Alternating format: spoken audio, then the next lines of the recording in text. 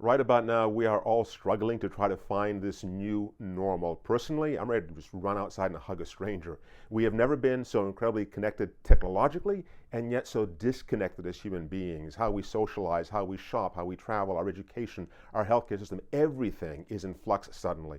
In the aftermath of 9/11, Tony Blair said the kaleidoscope has been shaken, the pieces are in flux. That's where we are right now. We've been evicted from the past without any fault of our own whatsoever. Look, this is an opportunity. As much as we can acknowledge the pain and the horror of the moment, it is still a chance to reconstruct our world.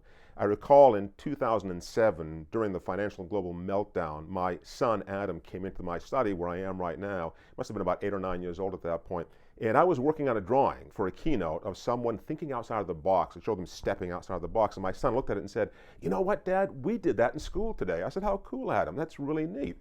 He said, "But Dad, I've got a question for you. Honest to God, out of the mouths of babes, right?" He said, "What do you do if you can't get out of the box?" And I thought, what an awesome question, Adam.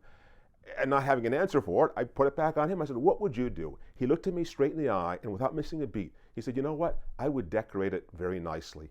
That's what we've done. We decorated the past incredibly well. Our businesses, our lives, our successes were established within the parameters of what we knew of the normal. Suddenly, all that's gone away. We've been evicted from that box. And our challenge now is to build that new box. In many ways, I think we needed that eviction notice. We needed to rethink our healthcare system, our educational system. So much of what we had constructed through the industrial era needs to be disrupted and rebuilt. The kaleidoscope has been shaken. The pieces are in flux.